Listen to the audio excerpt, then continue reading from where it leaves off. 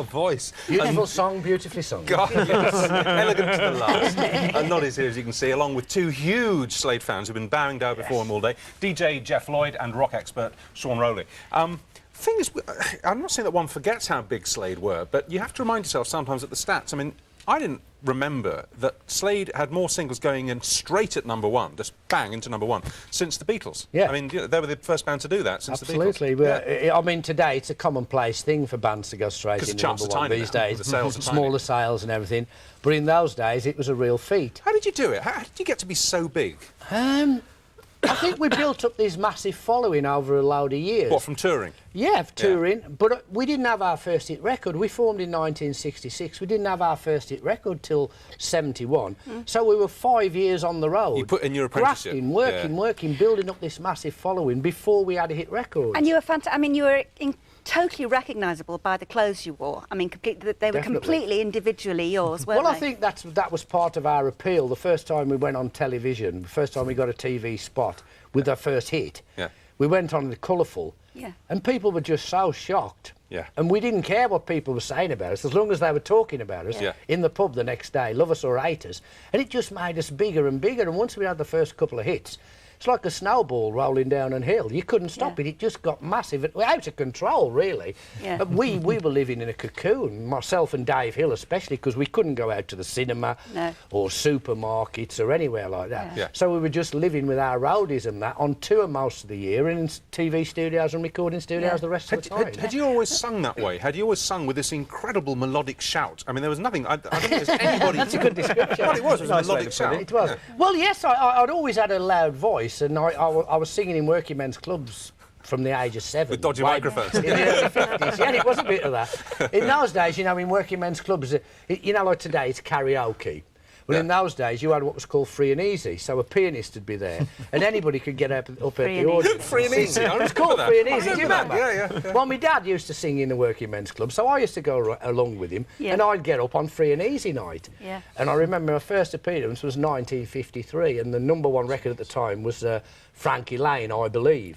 So I got up and sang that, because I used to sing it at home along with my dad's records. Sung it, got all this applause. I was only a little kid, 7. And one a dry eye in the house, and then it was downhill all the way then. Once I got a taste of the applause, that's all I wanted to do. Why These sloppy grins on these guys' faces, Judy. It's twinkle in the parents' eyes. We're here to fawn over Noddy. You've just invited us home and fawn over myself. These are great pictures.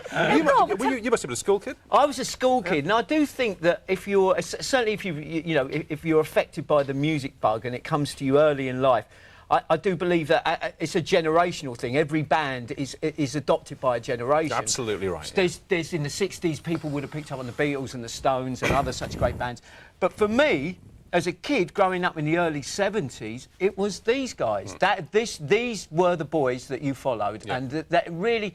And at the time, I was just finding out about music, and rock and roll was there was a revival going back to the 50s at the time, and there wasn't anything that had that same energy as like Little Richard or Gene Vincent and records like that. And then all of a sudden, Slade came along. I took it so far that I remember me and my mates formed almost like a Slade tribute band, and I had to borrow my mum's platform boots. Were you Noddy? No, I wasn't. I was Jim. I got demoted. I was Jim, and I borrowed my mum's platforms, and I couldn't walk in them, and I nearly did me ankle in. Listen, I've got 2 quotes here that we dug out today. Quote: you'll know this. Guess who said this? Noddy Holder's got the best voice in rock apart from me. I know this one. Who's that? It was John Lennon. It was John Lennon said that. And who said this? Slade are more important to the rock canon than Radiohead. Noel Gallagher. Yes, Noel Gallagher. I got that on me, but by your impression.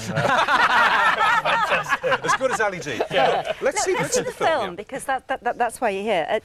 It wasn't autobiographical in that none of those things actually happened to you. Or some of them happened to us. Some of them. But every scene in the movie is true to some band. Yeah. We took the screenplay writer, Andrew Birkin, and the director to America because the first screenplay we got didn't ring true as being in a rock and roll band.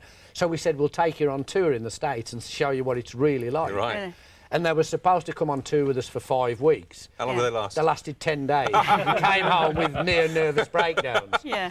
But on the road for those 10 days, we told them stories about ourselves, told them stories about other bands, so they incorporated all that into the story of Flame. Well, the so film it's was, all true. The film was called Slade in Flame. It was released in '74, wasn't it? 75 it got actually 75 released. It was made in 74. And it shocked and surprised everybody because it wasn't a little peppy, lightweight, but it was a dark movie about the dark side of rock and roll. It wasn't a slapstick movie. Not at all. and it's, a lot of people are thankful that it's out on DVD because they've been wanting to see it again for years. And that's why you hear it's out on DVD. But here's just a little collection from it. It doesn't really show the dark side, but it shows the fun side. OK.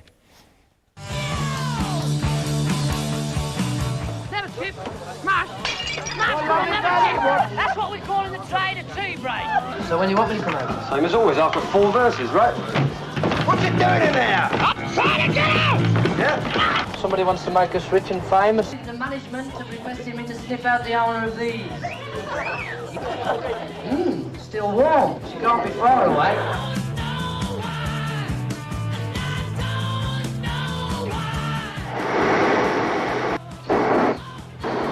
I'm not sticking my face over that.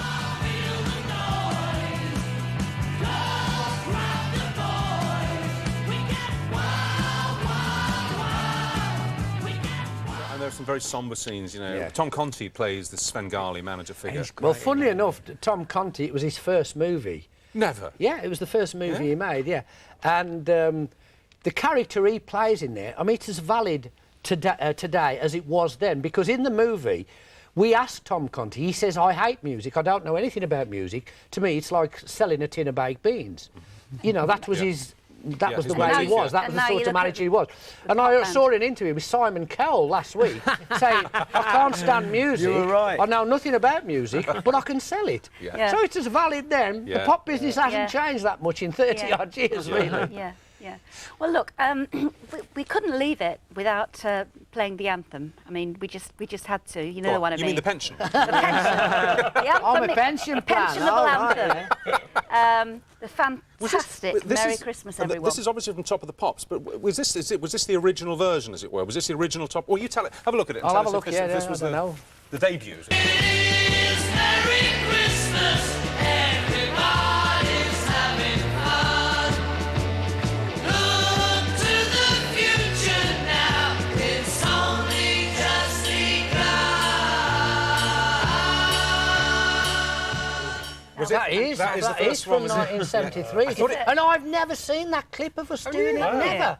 No. Well, I had a feeling it was the first one because most of the people at that stage still didn't quite know the words. And everybody knows the words now. I've never seen that clip. I have seen 73 clips from Top of the Pops, but never that one. Well, listen, good luck with the release of the DVD. It's smashing. Thank you. you. I didn't get to say much, but who cares? Just to sit there in the presence of. We're happy. Don't worry about it. So are we. I do go on a bit, I know. No, you're welcome. Now, for the last time this series, Chef Jean-Christophe Novelli